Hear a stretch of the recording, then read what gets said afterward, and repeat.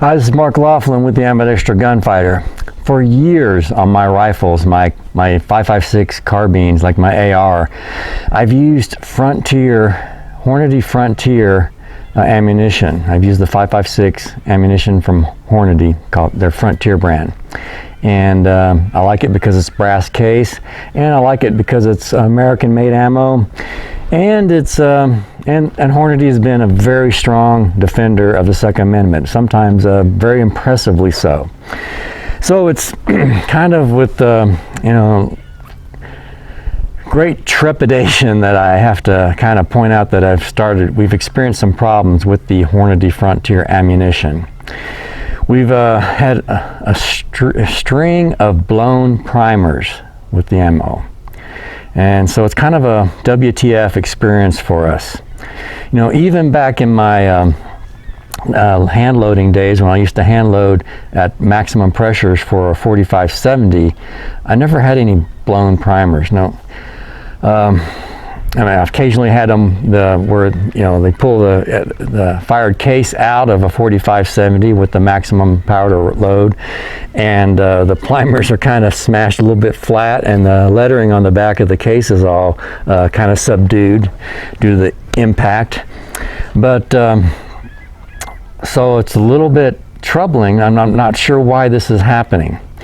Now, we first had it happen, we were shooting a Mossberg MVP Predator bolt-action rifle, and we noticed that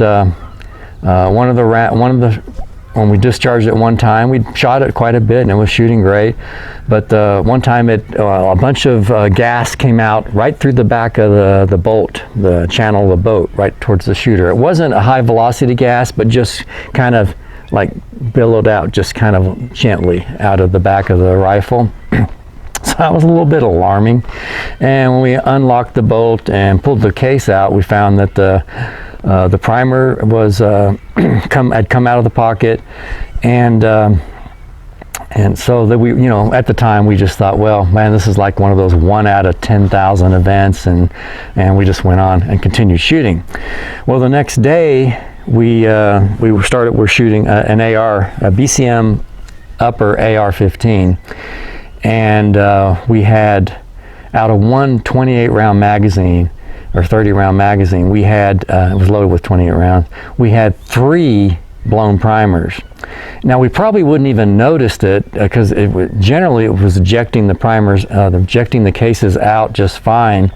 But on those 3 occasions, we noticed it because the primer, when it blew free, it ended up in the locking lugs of the AR-15 and prevented it from actually locking up. So it caused a malfunction. So we got a problem with the Frontier ammo. Now, I've got a whole lot of this stuff, and I'm going to be testing some other rifles with it soon, and I've been shooting it in my AR. But the Frontier ammo that I have, most of it I got last year. Now, this batch that we got recently, maybe it's just a bad batch, I don't know. But it also seemed like, well, let's move on to our exhibits. Exhibit A, we have multiple cases with primers blown out. Exhibit B, on the AR-15, we've shot it numerous times with having cases with blown primers, you end up with a little ring on the bolt face where the gases kind of leave their mark, a ring around the firing pin hole on the bolt face. And Exhibit C, we did some slow motion video, and we went through quite a bit of ammo to get this shot, and it took probably several hours worth of video footage we had to wade through to get this shot, showing a case ejecting, and then you can see the little primer kind of tumbling inside the chamber. And in this case, the bolt was on empty, so the bolt locked back, and that's probably why we're able to actually see that primer flipping around there in the air inside the chamber. Whereas if the bolt had slammed forward on a next round, it would have probably caught that primer and shoved it right up into the locking lugs or something. So we became we wasted a lot of ammo testing this, so it's kind of disappointing that we're having to do that. And we've had, you know, my sons have always shot crap, well, I call it crap ammo, the Tula, the steel case ammo, or even the brass case, the gold ammo, but cheap, from the Eastern Bloc countries. And you know, I basically convinced them they should, you know, stick with American-made brass ammo. And so we're kind of disappointed that this is happening. But anyway, we wanted to investigate. So we did some, first, one of the things we did was we took all the ammo we have left, and out of the 1,000 rounds after all of our testing, we've got, I think, about 300 rounds left. So we went through and weighed every round. And there wasn't a big variance in the weight. They all were between 11 and 12 grams. And our scales aren't like super accurate. We're not like powder measurement grain level accurate, but it was accurate enough that we could detect if it was, you know, really, really way out of line. And then I also measured the overall length of this Hornady Frontier ammo versus some locally manufactured ammo that we found to be very accurate. And the locally manufactured ammo is about 1 millimeter longer than the Hornady. So again, not a big, probably not a factor in this. The Frontier was generally getting pretty good groups. We did often have a flyer on every 5 or, you know, especially 10 round groups. We were getting a flyer on each one, and we attributed it to the shooter at the time. But once we started shooting with the locally manufactured ammo, we found that our shooters were actually grouping consistently all 10 shots in very tight groups. So we're not getting quite the accuracy I would expect out of Frontier. Of course, it is a bulk type of ammo, but the price isn't that much better than our locally produced stuff. So now the Frontier, we think, is, you know, as far as the accuracy, is good stuff, good enough certainly for like doing a Project Appleseed rifle marksmanship clinic, good enough to get the rifleman patch score, but not as good as it could be. Now, let's look at some testimony from various witnesses to these occurrences. For example, we had the multiple witnesses noticed the smoke coming out of the Mossberg, or the gases coming out of the back of the Mossberg MVP, the bolt action rifle. And then we multiple witnesses noticed that we were having the blown primers in actually 2 AR-15s, both were experiencing blown primers. And then also we were noticing a lot of damage to the back of the case, right? The face of where the primer's at, of the case. There's it looks like maybe when the bolt, the extractor is pulling the case out of the chamber, that maybe it's twisting and maybe tearing a little bit. Tearing actually on both sides, so I'm not even sure it's an extractor, but it's tearing that case just a little bit, not like ripping it, but a little bit of a rip on both sides of the case.